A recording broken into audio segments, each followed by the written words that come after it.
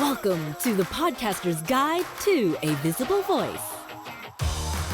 Reveal and define your voice to speak your truth through the power of podcasting. And I'm your host, Mary Chan. So let's go.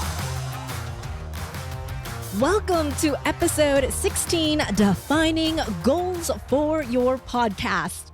One of the reasons why I wanted to share this with you today, because I myself have been more focused on my day-to-day work and the work I do with my clients than working on my own podcast. Yeah, believe it or not, I teach people about podcasting and can't even maintain my own podcast. Hey, it happens. But that doesn't mean that your podcast is for naught.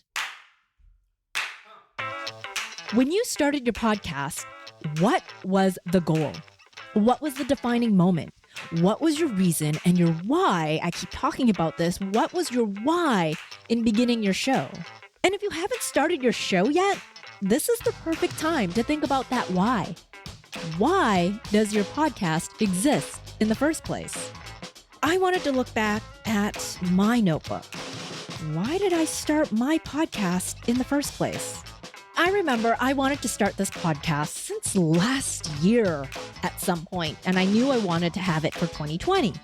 And then, pandemic, COVID, right? Just like a lot of other people in the world. I had my kiddo at home. I had work to do still, which I was so grateful for that I still had work. But I had a lot of people inquiring about starting a podcast. And it made me think back to, this is another reason why I want to have my own show. I want to have a place that I can tell you that you can stop over analyzing all these things and just hit that record button. Sometimes that's all it takes. I've had so many people come to me on our first strategy session saying, I've been thinking about creating a podcast for years, be it a year, 2 years, 3 years, 4 years plus, and they still hadn't started their show. And I was like, what? How is this possible? But it is. People get sidetracked with their full-time job because podcasting is a full-time job as it is, but then you layer that on top of all the other things that we have to do in our life, including, like I said, a real full-time job that pays the bills. Taking care of your kids if you've got any. Or maybe you are a caregiver to someone right now during this time. There are so many reasons to either not start a podcast or to continue your existing podcast. And during this time, we could get a little bogged down by that. Creating excuses, coming up with, I should be doing this. And I don't have time for that. And I gotta admit, as I said earlier, podcasting really isn't at the top of that hierarchy, is it? We got to pay the bills, we got to take care of our families, and whatever energy we have left for our creativity, maybe that's when podcasts will be in focus again. But I want you to go back to that why. Did you ever write that down in the first place? Because remember, your why shouldn't just be an arbitrary number or to bring in more money if this is part of your business marketing platform or if this is tied to your business. It shouldn't be about, I just want 10,000 downloads. I'm going to have so many super fans, which is lovely, but that is all ego-driven. What is your why? Come on. Why did you start your podcast? Why do you want to start a podcast? You want to connect with others, right? You want to be able to create impact, not only in your own life, but those that are listening to you. How are they going to create action and impact and create that ripple effect where you impact their lives and they will take the knowledge that they learned from you and impact somebody else's life? And even if your podcast is not for educational purposes and it's just for entertainment, that's okay too, because you would have entertained somebody else, lightened up their mood, and created a more bright, positive space for them. In turn, being able to care for others, to take care of themselves, and to have a more positive outlook on life, because we all need that right now. So here I am today, being perfectly imperfect, just like in episode 9, starting a Perfectly Imperfect podcast. I am starting a Perfectly Imperfect episode. I'm going to be fully honest with you. I did not create this episode like I normally would. I'm riffing a lot of it, but I know that I have editing skills. I'm going to cut most of this down. But I usually come in with an outline, bullet points. This is what I would tell my clients too. You start your episode with a beginning, a middle, and an end. So you know where you're going in, you know how you're coming out, and all the stuff in the middle is all the bullet points, which I have. I have my beginning and my end. So if you think of it like a sandwich, I got my 2 pieces of bread. Just the filling in the middle is a little all over the place. Not sure if the flavor is gonna meld. You get my drift? But hopefully you understand what I'm saying, because I'm just using my voice, just like you are when you're recording your show. And how you say something, the tone of voice you're using is really going to come through. They'll understand how you're feeling based on your tone. If I were to record this episode and just talk like this for a little bit, it'd just be full of doubt, full of negative energy, I'm not going to bring my A game. I may have felt this before I turned on the mic, but I know when you get behind your microphone, you got to amp yourself up a bit. You got to smile. You got to bring your hands out, animate yourself and your face, your facial expressions. We've mentioned this before.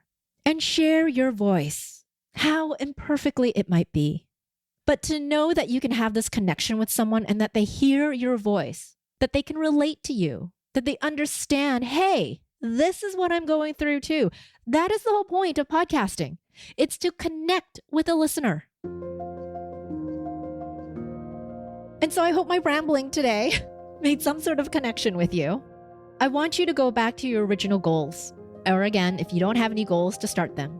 Why are you podcasting? Why does it matter to share your voice? And so are you? Because clearly I wasn't. One of my goals was to publish an episode every single week, and I'm a couple weeks behind, and that's okay. I did put a little pressure on myself in the first week. I messed down. I was like, oh no, I should be doing this. But that word should be came up to haunt me on my little shoulder, because it was like, well, who put that pressure on themselves? Well, me, I created that schedule. So it's okay for me to let it go. But just know, if you take that time off, recollect your thoughts and get back behind that mic, because what you have to say is valuable. Okay, but even though I had not turned on my mic recently, I do have some things that I've been working on behind the scenes. I knew in the first handful of episodes, they were going to be solo, just you and me. But I have plans for some interviews, and I still want these interviews to be short and sweet because, like I said, I know podcasters, we don't have a lot of time on our hands. We're editing, we're promoting, we're interviewing, we're scheduling, we're doing more editing, we're fixing our tech. We are doing all sorts of things to promote our show and to connect with listeners. So my episodes are going to be edited down. I'm hoping to be less than 20 minutes. You get focused energy on what the person has to say. The people that I will be interviewing, they're going to be pretty juicy. I love it. I haven't reached out to everybody yet, but that's something that we will talk about in a future episode about interview techniques and all that. But I will be taking a break in December. That was the plan. I may come back with one more episode before then. See how my schedule works out. But know that I will be away for most of December, probably a bit into January too. Not that I'm going anywhere. There's nowhere to go. I'm still staying within our community. However, school is closing. So fortunate that my daughter was able to start kindergarten and have school this year. But we do have winter break. And so I'm going to take a winter break too, away from the podcast and away from work, and be with my family. So I hope you also have the opportunity to do that. If you do plan on taking time off with your podcast too, I hope you embrace that time away and that you get to review what you've done this whole year. Yes, 2020 was a little crazy, but we're going to be through it on the other side. And I hope that podcasting was a bit of a refuge for you and to your listeners. So review what you've done all year with your podcast, take a look back at your original goals, and then tweak what worked and didn't work. So for me, I think maybe that weekly schedule that I decided to go with was a little bit much. So I might go with my initial thought of every other week. New things for me also is reach out to my list of people that I want to interview, and even the dreamy of the dreamiest people on that list, and hope that they will come on, because you never know until you ask. So you got to make the ask. if that is also one of your plans for the new year. Ask 1 or 2 people from your dreamiest list that you wish to interview. Seek them out and make the ask. Get them on your podcast. So I hope this helps you out in some little way. If nothing else, to realize it is the end of 2020. Let's go back and review what we did during the year for our podcast and what needs to be tweaked and what can be repeated. Because podcasting is a journey. I always say that. We learn something from creating an episode each and every time. What will it be for you? What did you learn this past year? I'd love for you to tell me. Send me some feedback. I've got the little voicemail button on my website. If you go to visiblevoicepodcast.com, the send me voicemail purple button will be on the right-hand side of your screen. I'd love to hear from you. So with that, you've got this. Go forth, record your next episode. Or if you do interviews, reach out to someone on your dreamy list. It's all about taking one small step to move your podcast forward. You got this. Talk to you next time. Thank you so much for listening to the Podcaster's Guide to a Visible Voice. If you enjoyed this episode, I'd love it if you'd share it with a podcasting friend. And to reveal more voicing and podcasting tips, click on over to visiblevoicepodcast.com. Until next time.